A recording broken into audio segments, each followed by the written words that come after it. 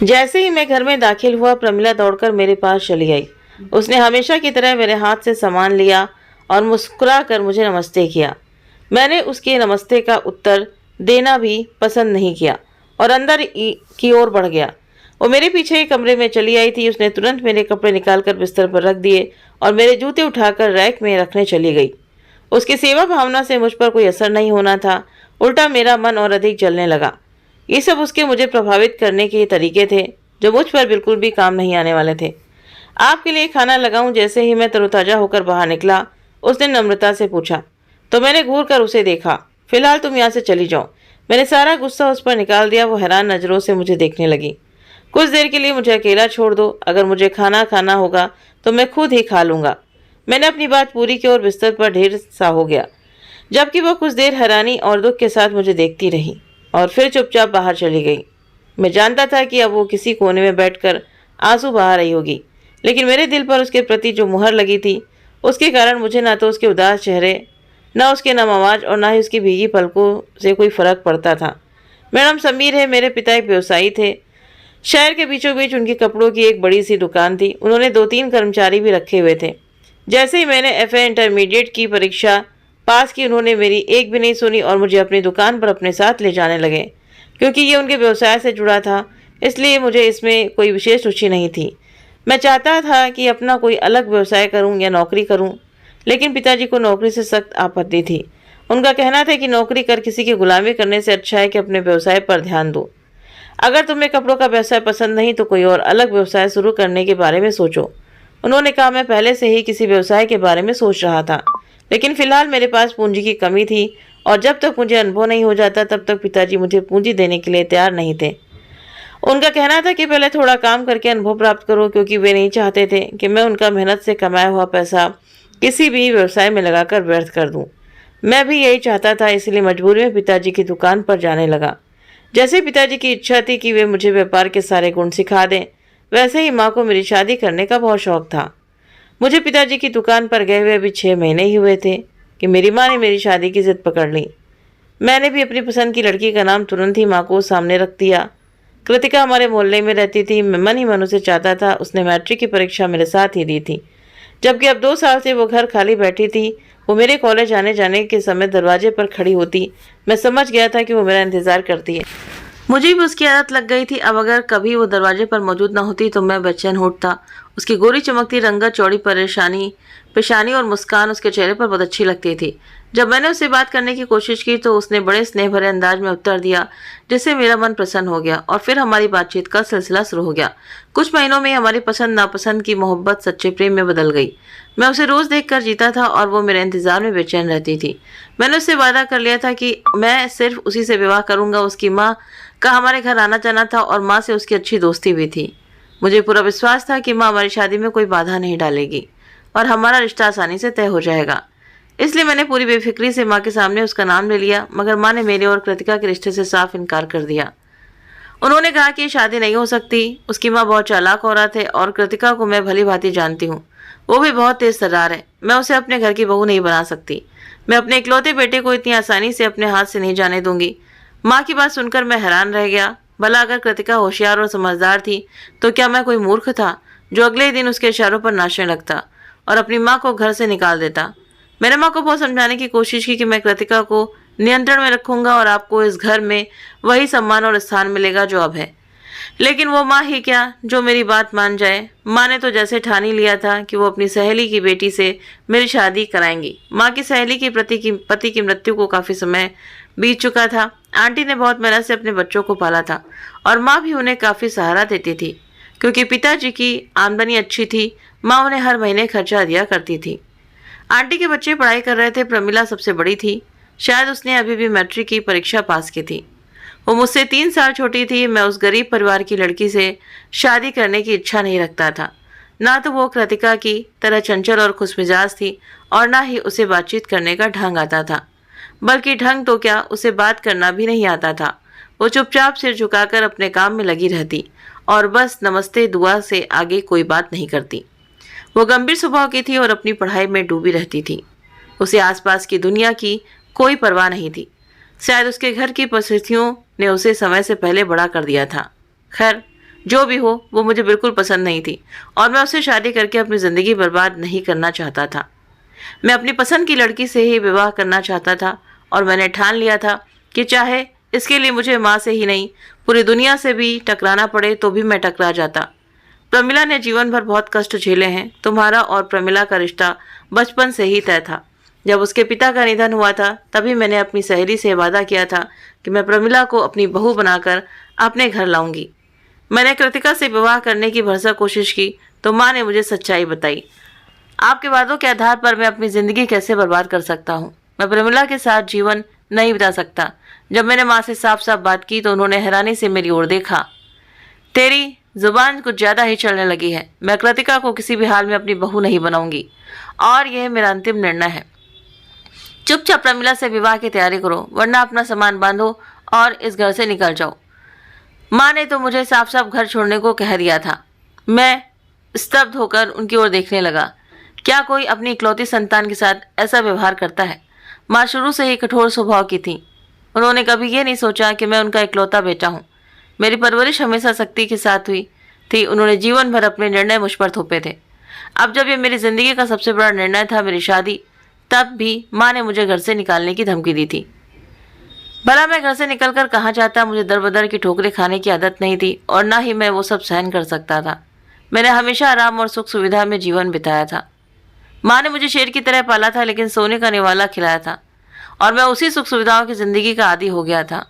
मैं जानता था कि माँ से कोई भी जीत नहीं सकता। अगर उन्हें ठान लिया तो वो अपनी बात से पीछे नहीं हटेंगी। मेरे मामलों में पिता कभी नहीं बोले। उन्होंने मेरी परवरिश की पूरी जिम्मेदारी माँ पर डाल रखी थी। इसलिए घर में मेरे संबंध में वही होता था जो माँ चाहती थी। माँ ने वही किया जो उन्होंने ठान लिया था। वो कृतिका के लिए मेरा रिश्ता ले जाने को किसी भी सूरत में तैयार नहीं हुई। माँ तो नहीं मानी लेकिन मैं हार गया क्योंकि मेरे आजमाए गए सभी तरीके असफल हो गए थे।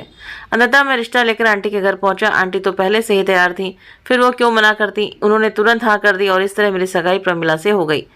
मैंने कभी सोचा भी नहीं था कि वो जबरदस्ती इस तरह मेरी ज़िंदगी में आ जाएगी। मैंने बिल्कुल चुप्पी साध ली थी।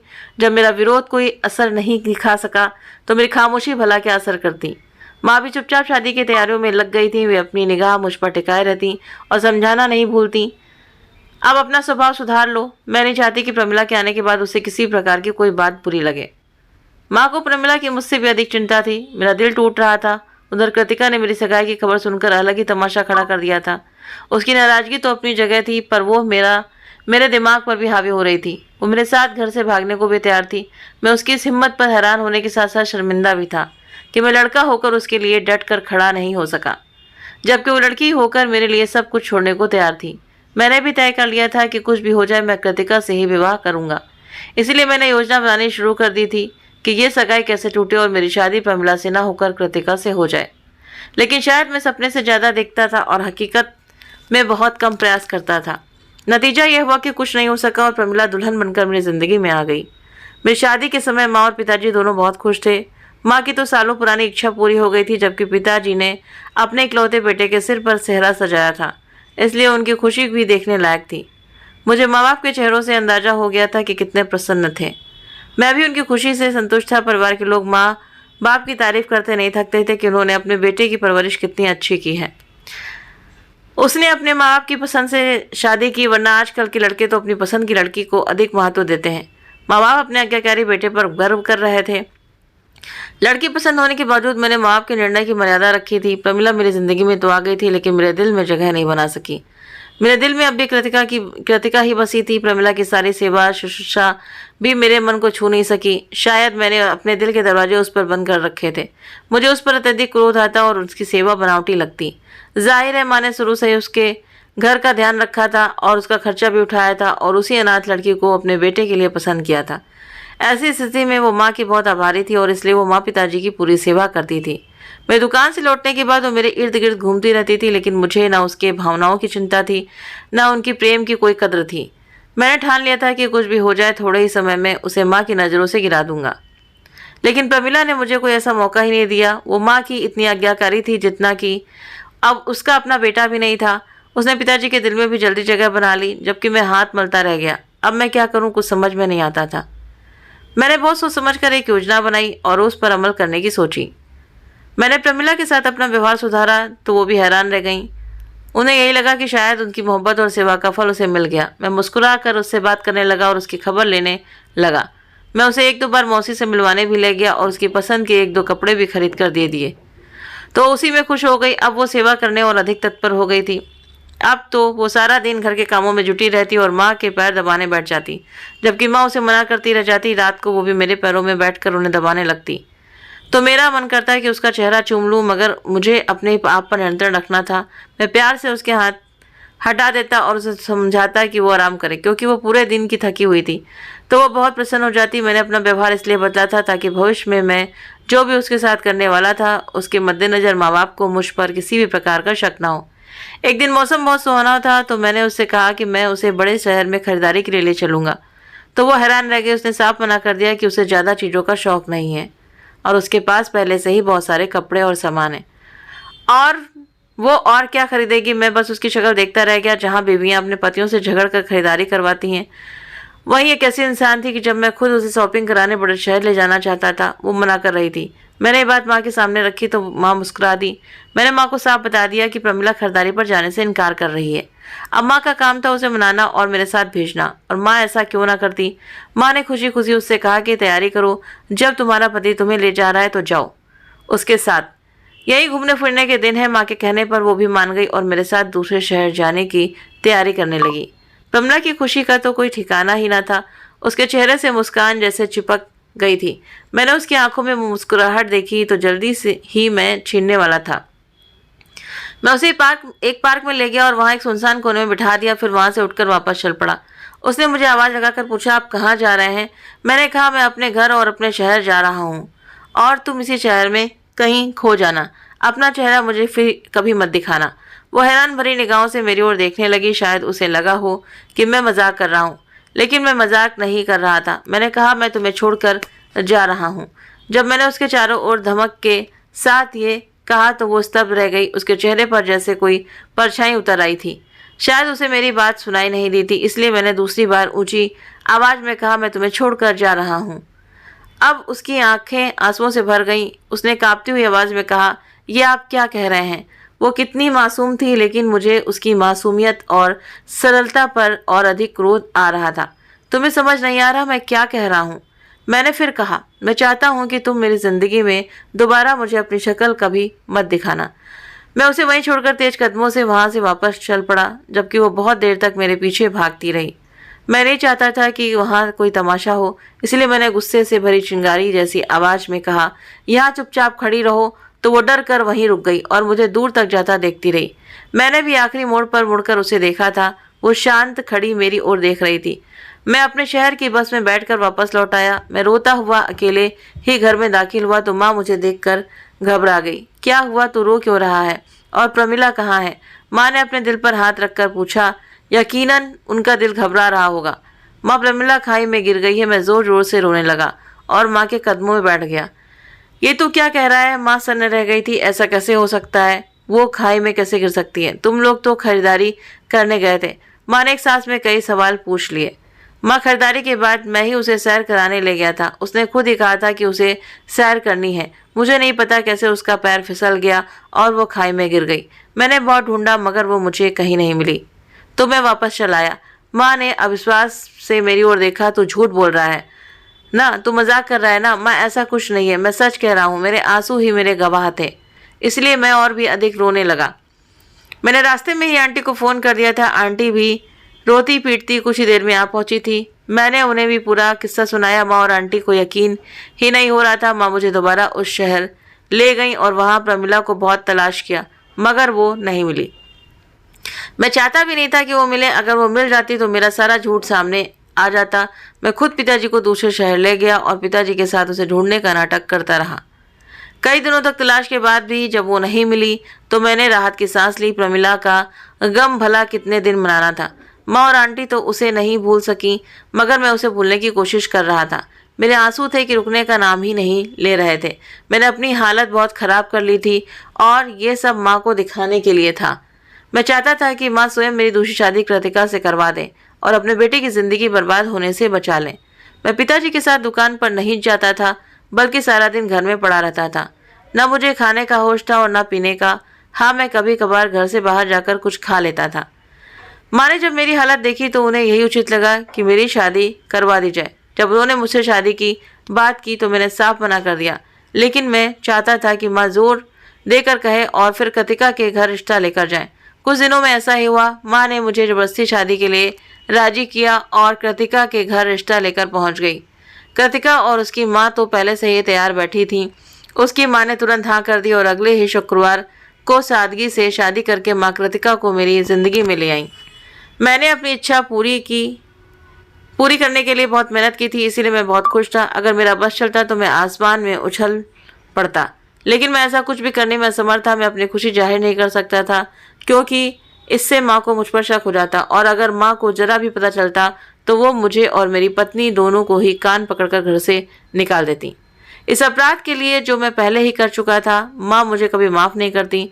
इसलिए मैंने अपने जज्बातों पर काबू रखा और कृतिका के साथ अपनी ज़िंदगी की शुरुआत कर दी। कृतिका की शौक और चंचल स्वभाव में कोई बदलाव नहीं आया था। वो पहले जैसी ही खुशमिजाज थी जैसी शादी से पहले हुआ करती थी। उसकी अदाएं बहुत मनमोहक थी। मैं बहुत खुश था, लेकिन न जाने क्यों माँ के साथ उसकी अच्छी नहीं बन पा रही थी। कुछ ही समय में माँ की तरफ से हल्की फुल्की शिकायतें शुरू हो गई थीं, लेकिन मुझे कहाँ परवाह थी।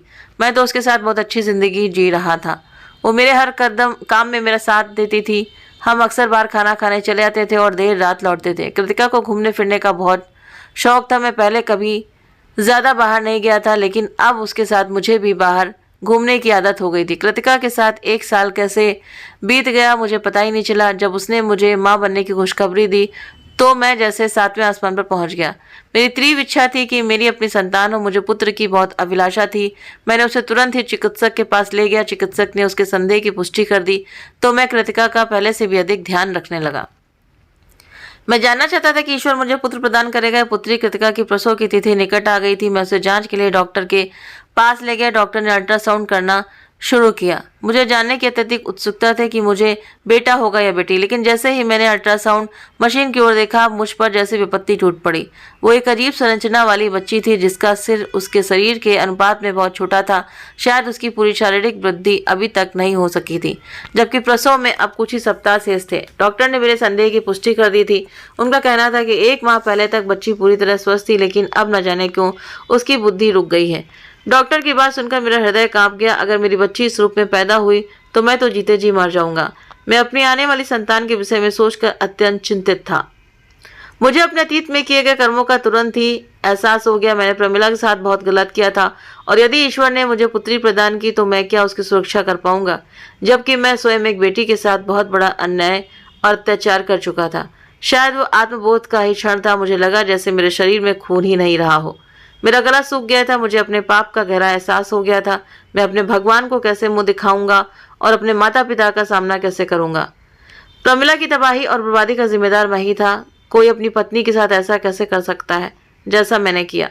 वो केवल मेरी पत्नी ही नहीं बल्कि मेरी माँ की सहेली की अनाथ बेटी थी। शायद वो आत्मबोध का क्षण था जब मैं अपने पापों पर पछता रहा था, क्योंकि ईश्वर शीघ्र ही मुझे पुत्री प्रदान करने वाला था। प्रमिला भी तो किसी की बेटी थी। जब मैं अस्पताल से वापस लौटा तो मेरे दिल पर एक भारी बोझ था। आज से पहले मुझे एहसास नहीं हुआ था कि मैंने प्रमिला के साथ इतना गलत किया था। अब मुझे पूरी तरह से एहसास हो चुका था। मुझे किसी भी प्रकार से शांति नहीं मिल रही थी। बेचैनी लगातार बढ़ती जा रही थी। मेरा मन कर रहा था कि मैं माँ के सामने जाकर अपना अपराध स्वीकार कर लूँ, लेकिन मुझ में इतनी हिम्मत नहीं थी। माँ का घाव एक बार फिर हरा हो जाएगा। औरतें और आंटी तो रो रो कर ही मर जाएंगी। मैंने उनकी बेटी के साथ कितना अत्याचार किया। मैं एक बार फिर बड़े शहर में प्रमिला की तलाश में गया। अब मैं उस इलाके की ओर गया था जहां मैंने प्रमिला को छोड़ा था। पिताजी को तो मैं किसी और इलाके में ले गया था और वे वहीं पर प्रमिला को ढूंढते रहे, लेकिन अगर वो वहां होती तो मिल जाती। मैं उसी पार्क में गया जहाँ मैंने प्रमिला को आखिरी बार देखा था।